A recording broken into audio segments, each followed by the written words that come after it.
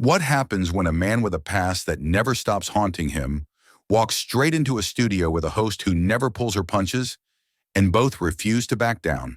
Today, we're stepping into the volatile, no way back showdown between Mel Gibson and Joy Behar on The View, where a simple interview didn't just go off the rails, it detonated on live television. Watch until the end. It'll be worth every second of your time. The lights went up when Mel Gibson sat down at the table on The View. He adjusted his jacket, flashed that familiar half grin, and leaned toward the microphone. "Thanks for having me," he said. "It's always interesting coming on shows like this." He didn't even get to finish the sentence. Joy Behar cut straight through his words like a knife. "Interesting," she snapped. "That's one word for it. Others might call it convenient." Mel's smile froze just a fraction. Joy didn't let the pause breathe. She leaned in, eyes locked on him. "You only show up," she said, "when you need image repair." Mel didn't say anything. He just looked at her. Then he smiled again, but this time it was a forced smile. "Repair?" he repeated slowly. "Joy, I'm here to talk about a film."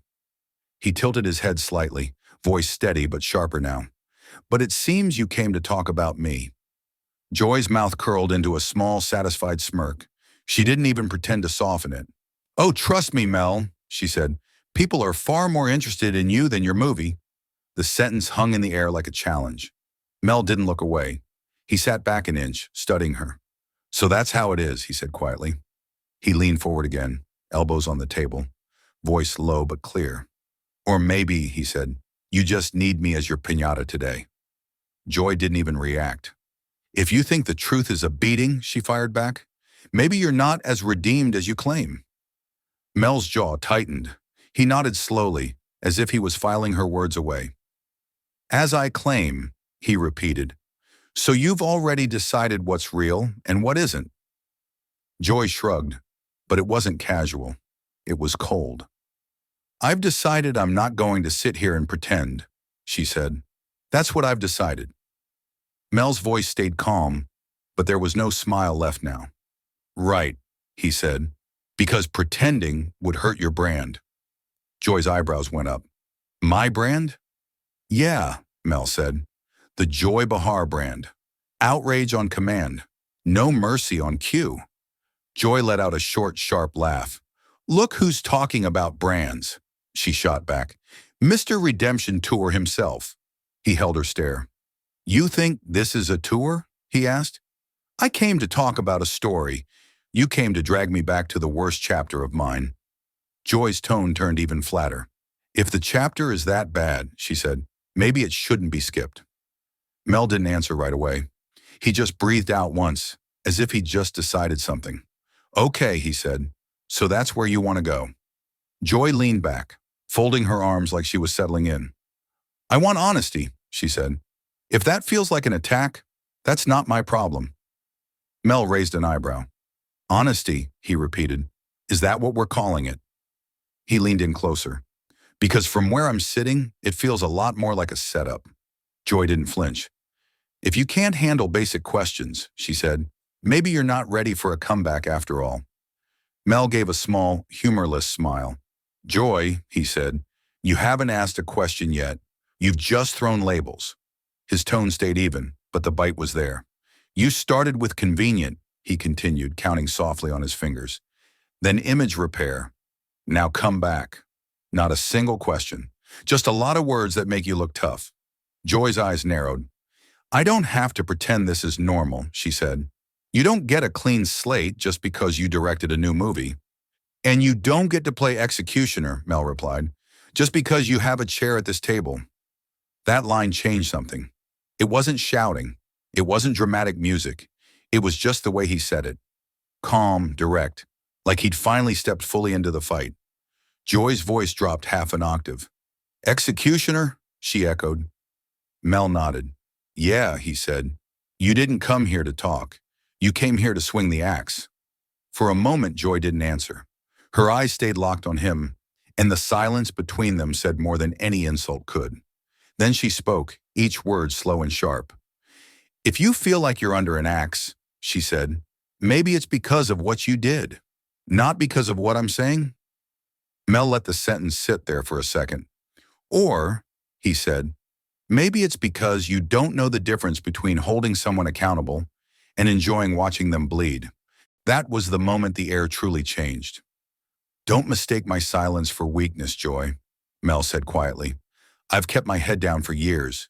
That doesn't mean I'm going to sit here and let you use me as your punching bag. Joy leaned in, eyes hard. And don't mistake my questions for cruelty, she replied. Some people don't deserve soft landings. Mel stared at her, and for the first time, there was no attempt to smooth it over, no joke to break the tension. He just looked at her and said very simply, then I guess we're about to find out which one of us is actually being cruel. The energy at the table shifted from tense to outright volatile. Joy leaned forward again. She didn't ease into it. She didn't build up to it. She went straight for the throat. Let's cut through the performance, Mel, she said, voice sharp enough to slice through the air. You've apologized because you got caught, not because you grew. Mel blinked once, slowly. Joy didn't wait. And redemption, she added, it isn't a costume you put on when you're promoting a new movie. That line hit a lot harder than she probably expected. It wasn't just an accusation. It was a challenge to everything he'd been trying to rebuild for years. A direct attack on intention, not action. Mel breathed in through his nose, then exhaled like he was grounding himself. Okay, he said quietly. There it is. Joy raised her eyebrows, almost daring him to respond. And he did. You accuse me of acting, Joy, he said, steady but pointed. But you've made a career out of it. Joy's eyes narrowed, but Mel didn't stop. Your outrage is scripted. Your morals are conditional. You swing every time the cameras turn on. Joy gave a short, humorless laugh. Well, she said, at least my script doesn't involve drunken rants. Mel's expression didn't change, but the temperature around him did. Nope, he said, leaning slightly forward. Yours just involves pretending you're the only pure person in the room. Joy rolled her eyes. Don't try to flip this, she snapped, but Mel was already there. If we're digging into past sins, Joy, he said calmly, cutting through her sentence, should we dig into yours too? Or does accountability only flow in one direction? That stopped her. Her mouth tightened, but the comeback didn't come immediately. Mel didn't gloat. He didn't lean back like he'd won something. He just held his line, firm, unshaken. Joy swallowed once, then straightened her posture. You want to be forgiven because it's convenient, she said, her voice lower now, harsher. Some people lose the right to a comeback. Those words hit with a different kind of weight.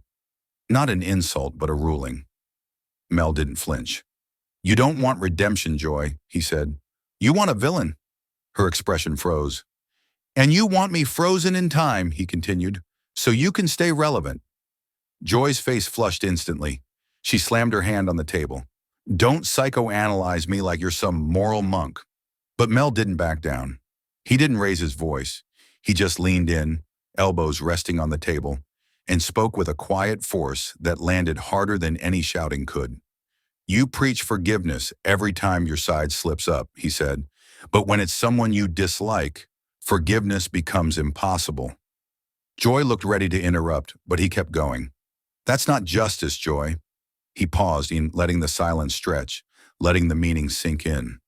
That's favoritism dressed as morality. Joy's lips parted like she wanted to fire something back, but nothing came out. Her eyes flickered, anger mixing with something else, something closer to shock. Mel leaned back in his chair. Joy, he said, his voice lower now, calmer but sharper than anything he'd said before. There's a difference between righteous anger and whatever this is. Joy frowned, not expecting this sudden drop in volume. Mel continued, steady as a razor sliding across glass. Righteous anger requires compassion, he said. Self-righteous anger requires an audience.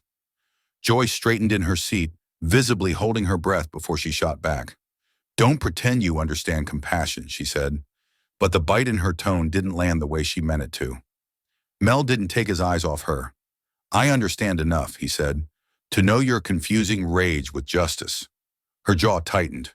She opened her mouth to snap back. But Mel wasn't done. He leaned in, but not aggressively. "Ask yourself, Joy," he said, voice soft but sharp enough to pierce through her defenses. "When was the last time you argued to heal someone, not to hurt them?" The question settled like a stone dropped into a still lake. Joy just stared at him, lips tight, eyes flicking sideways as if looking for something to grab onto. Joy finally inhaled and sat up straighter, her voice firing back even though it trembled at the edges. "Some things don't deserve forgiveness," she snapped, a little too loud, a little too fast. Mel didn't flinch. He looked at her like he was watching someone drift further from the point they were trying to make. "Careful," he said softly. "That belief has destroyed more people than my words ever did." Joy blinked. She shook her head, trying to recover. "I'm not," she began, but the sentence collapsed before it even formed. Mel leaned his forearms on the table, his voice low, steady, impossible to shake. "You don't want answers," he said. "You want ammunition." Joy had been holding herself together for the past few minutes. Mel's calm, controlled tone was hitting harder than any raised voice could. So, something in her finally snapped. She shot up from her chair so fast the microphone clipped the edge of the table. "Don't lecture me about justice!" she shouted, her voice sharp and shaking. "You earned your consequences!"